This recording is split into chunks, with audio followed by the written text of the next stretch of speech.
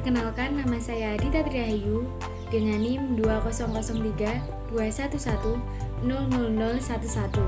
Dan di sini saya akan menjelaskan mengenai isu atau permasalahan serta kebijakan dan juga solusi dari 3 komoditas pertanian.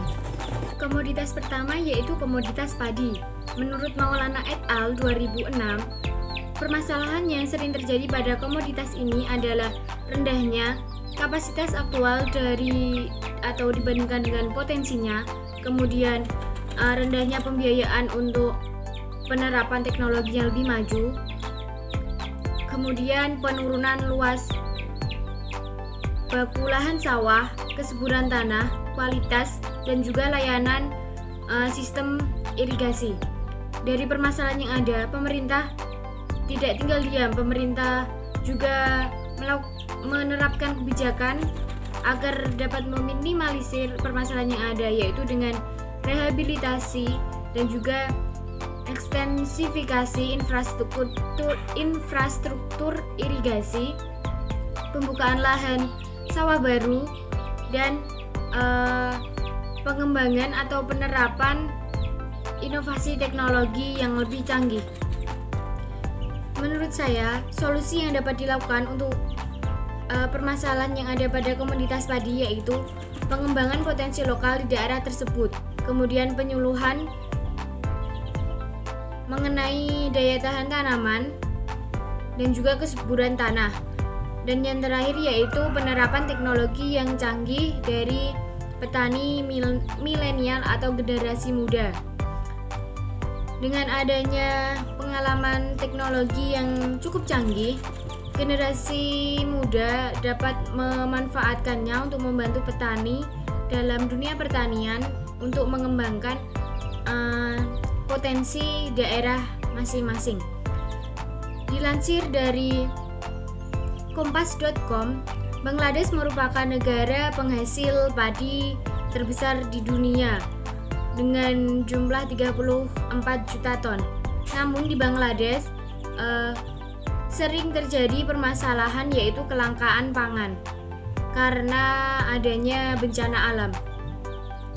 Dari permasalahan tersebut, pemerintah telah melakukan antisipasi dengan menyewa ribuan hektar luas lahan sawah di Afrika untuk penanaman tanaman padi, sehingga kelangkaan pangan tidak akan terjadi di Bangladesh di kemudian hari.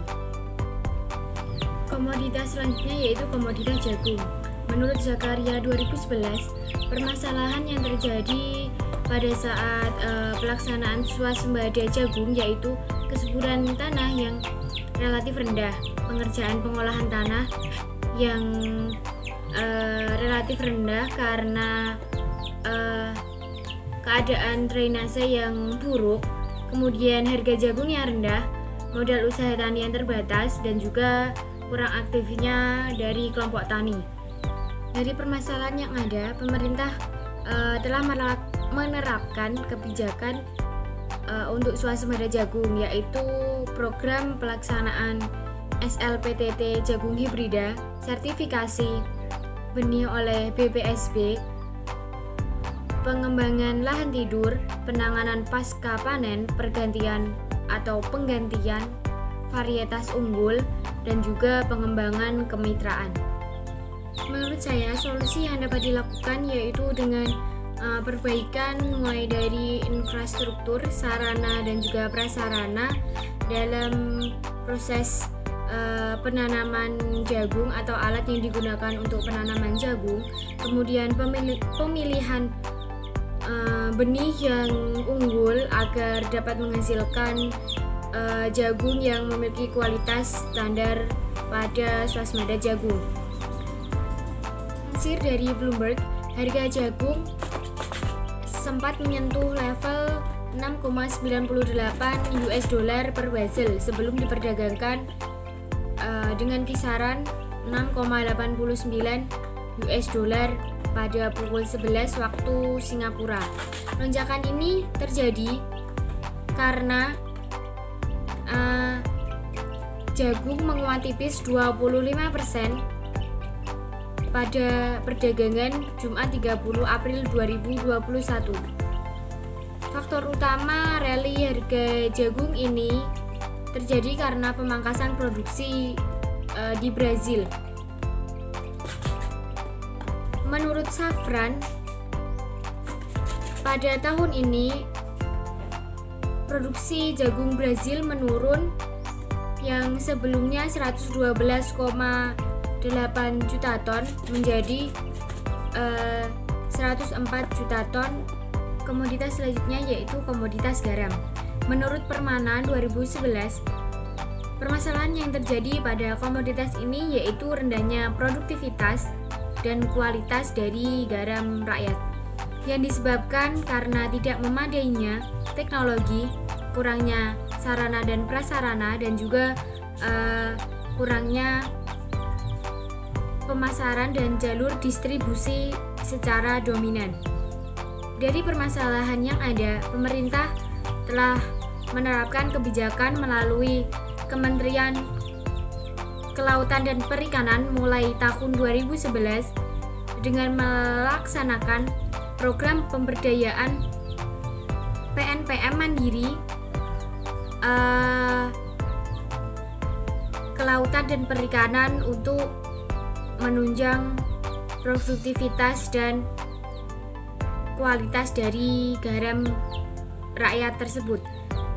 Selain itu, dengan adanya kelembagaan sentra garam yang dibangun oleh pemilik tambak garam akan mempermudah permodalan pada usaha garam rakyat ini.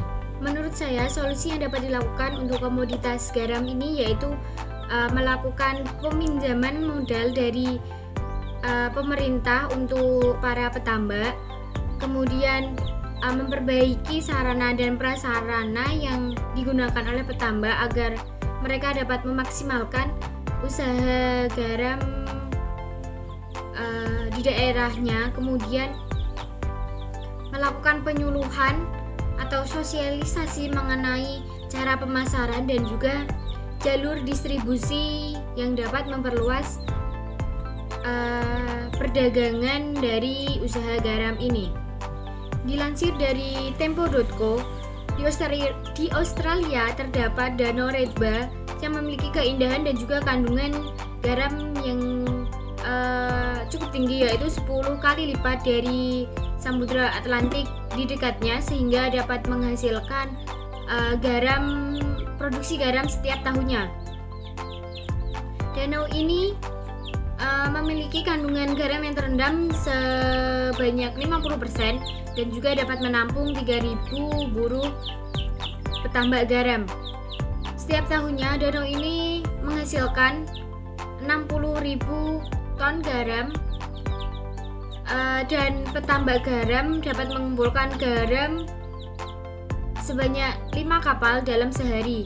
Namun pendapatan yang diperoleh dari petambak garam ini cukup sedikit, yaitu sekitar 35 US dollar. Sekian presentasi yang dapat saya lakukan untuk memenuhi tugas ujian tengah semester mata kuliah Agribisnis Pangan Non-Pangan. Apabila terdapat salah kata atau yang lainnya, saya mohon maaf yang sebesar-besarnya. Saya akhiri. Wassalamualaikum warahmatullahi wabarakatuh.